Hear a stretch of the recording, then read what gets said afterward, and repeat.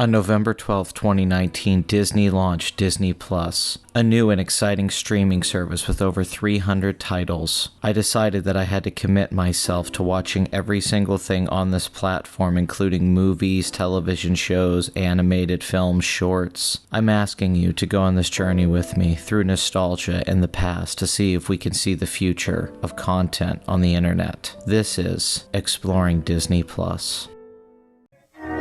Frances McCullend is being framed by the boogeyman. The only one who can help her is an imaginary friend named Larry. Thank you very much. Thank you very much. Yeah. Woo. So, leave the light on.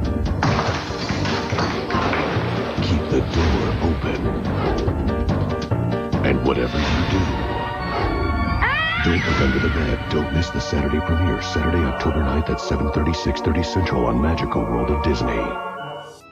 Don't Look Under the Bed is a Disney Channel original movie from 1999, directed by Kenneth Johnson, from a screenplay by Mark Edward Edens. Many 90s kids remember this movie for how much it scared the crap out of us when compared to the other Disney Channel movies at the time. There's some truly disturbing images and makeup in this movie's depiction of the dream world and the boogeyman. Don't Look Under the Bed follows Frances, a bright and fiery teenage girl who starts to see her little brother's imaginary friend, Larry. At the same time, she is being blamed for pranks being committed by the boogeyman. Eventually, Larry and Fran team up to stop the boogeyman, and in the process develop a friendship that makes both of them rethink their priorities in life. So, I hadn't seen this movie for 20 years, and frankly, I was pretty worried it wouldn't hold up. Now, on some level, this is the case.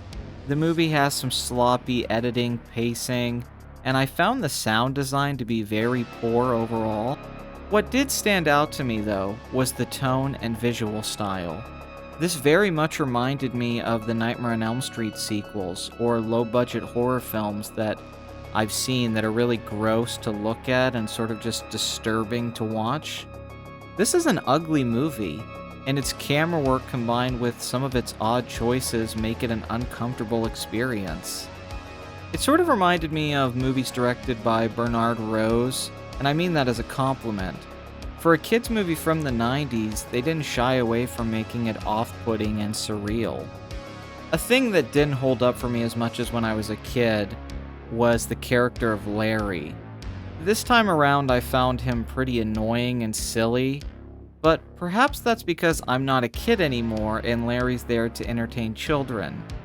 I also felt like the subplot about the younger brother character who was sick and doesn't believe in Larry more to be underwritten and really forced. Having said all that, Fresh out the box. Stop. Look and watch. Ready yet? Get set. It's all that. after a while the movie gets going and the more of the boogeyman we see, the better the movie is. This version of the boogeyman is actually very scary, and Larry's slow transformation into a boogie himself is one of the more clever ideas presented in the story. By the third act, Larry is struggling between helping Fran save her brother and losing himself to the darkness. A really cool element here is that the idea that once kids forget their imaginary friend, that imaginary friend turns into a boogeyman. Something that sets up the final plot twist in the finale, which I actually think is the highlight of the screenplay. While I can't say that the movie had me entertained throughout, it was an interesting experience in the way it had me thinking about how I felt when I was a kid as opposed to now. In some way, this movie is actually about that. We grow up and lose something that we never really get back. My favorite line in the movie addresses this, and it comes near the end, and it's from Larry when he says, Just because you're getting older doesn't mean you have to get old. That's actually a pretty good moment. And there's some nice emotional payoff here that surprised me when compared to the first half of the movie, which I found just sloppy and almost unwatchable at points. Another thing I would like to mention, I really don't buy that anyone in the town believes that Fran could actually pull off these pranks. How in the hell would a teenage girl be able to fill a pull-up with Jell-O? Where would she get all of it? It would no doubt take hours to do this, and at least a dozen people helping you?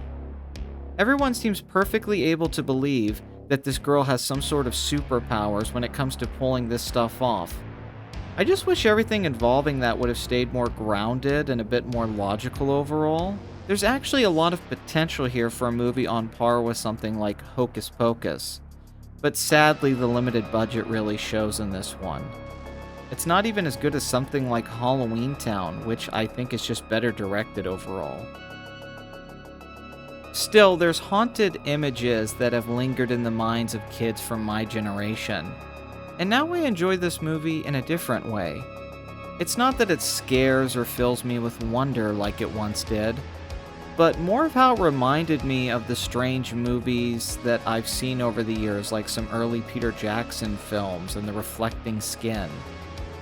It's actually pretty crazy that this was ever on Disney Channel, and in that sense, I would recommend you watch this on Disney+. The performances aren't horrible, and by the end I think it's a worthwhile time. I like a lot of other Disney Channel movies more than this, but Don't Look Under the Bed is a solid one to put on during Halloween, and it's never so gory that you couldn't show it to your kids. By the way, Ty Hodges, the actor who plays Larry in this, went on to be a director, and I've seen a couple of the things he's done and they weren't really that bad, so maybe look them up? I don't know. I've run out of things to say. Bye!